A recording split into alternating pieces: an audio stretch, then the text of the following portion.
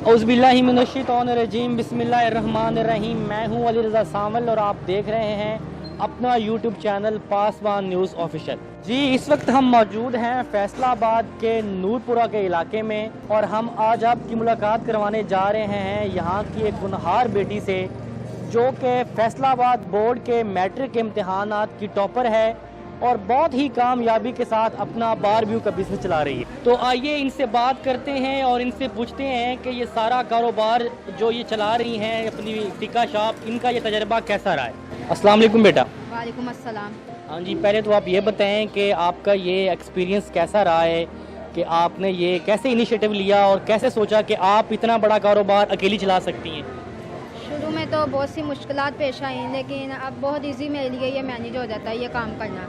कि आप साथ स्टडीज़ भी कर रही हैं, आई थिंक आप बीएस कर रही हैं और साथ ये काम भी कर रही हैं, तो मैनेज कैसे करती हैं अपनी स्टडीज़ और बिज़नेस को? जी, स्टार्ट में बहुत सी मुश्किलात पेश आई थी पढ़ाई के हवाले से, लेकिन अब मुझे 8 साल हो गए काम करते हुए, इसलिए मैं इजीली मैनेज कर लेती हूँ सब कुछ।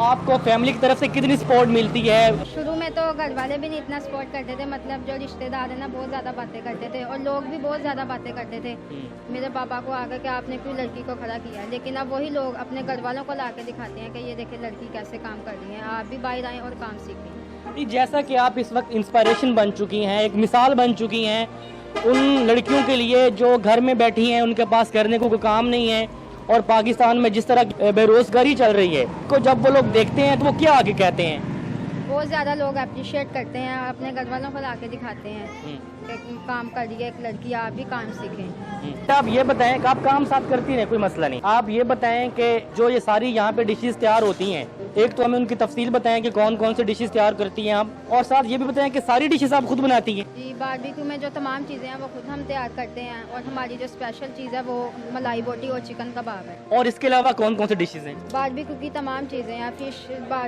टिक्का बोटी, मलाई बोटी, चस्ट पीस, कबाब फ्राई, टिक्का फ्राई, जल फ्रेजी, हर चीज़। आप ये बताएं कि यहाँ पे जो कस्टमर्स यहाँ पे आपके पास आते हैं तो उनका रिस्पांस कैसा होता है और वो किस चीज़ की ज़्यादा फरमाइश करते हैं? कस्टमर भी बहुत अच्छे हैं और हमारा ज़्यादा कबाब फ्राई सेल होता है, इसलिए ज़्यादा कबाब फ्राई कस्टमर मांगते हैं। अच्छा, इस तरह आप, चूँकि अभी तो सर्दियाँ हैं, इतना ज़्यादा गर्मी महसूस नहीं हो रही, तो जब गर्मियाँ होती हैं तो फिर तो यहाँ पे अच्छा खासा जो है इंसान वो पिघल जाता है, तो कैसा महसूस होता है इस गर्मी में काम करके? और आप क्या इसके बाद क्या कहना चाहेंगी? आपने सही कहा कि गर्मी में वाकई बहुत सी मुश्किल पेश होती है, लेकिन मुझे 8 साल हो गए ना काम करते, इसलिए मुझे आदत हो गई है सब बर्दाश्त करने। अच्छा, आदत हो गई। आप ये बताएं कि जो बारबेक्यू की डिशेस आपके पास यहाँ पे अवेलेबल हैं, उनके लिए जो मिसाला जात हैं, जो तरकीब है बनाने की, वो आपकी अपनी होती है और मिसाला जात कौन से इस्तेमाल होते हैं इसमें? मसाला जात हमारी अपनी रेसिपी है, हम खुद तैयार करते हैं इसके मसाला जात। तो किसी को चोरी करने की इजाज़त नहीं देते? नहीं।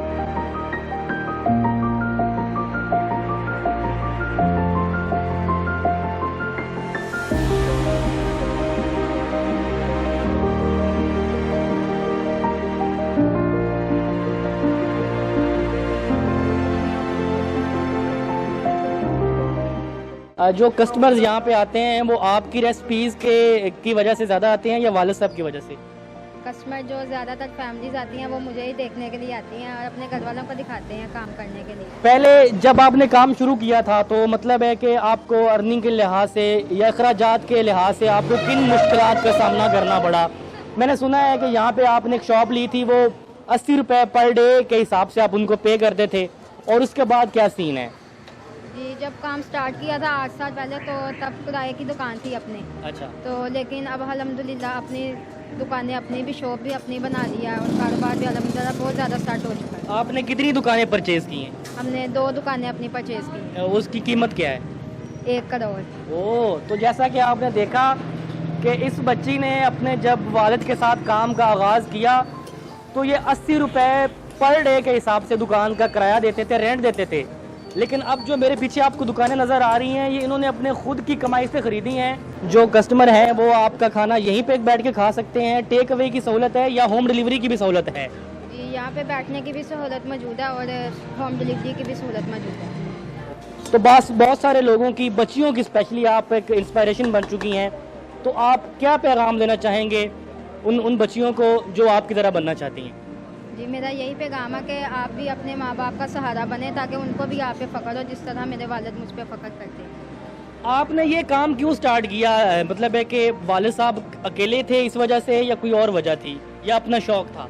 जी, मेरा भाई छोटा था इसलिए फिर मैंने अपने पापा के साथ ये काम स्टार्ट किया। अच्छा, आपकी फैमिली में कोई और भी आपकी बहन है जो आपके साथ यहाँ पे काम करती है? नहीं, सिर्फ मैं और मेरे बाबा ही ये काम करते हैं। कोई ऑर्डर्स वगैरह भी आपको मिलते हैं?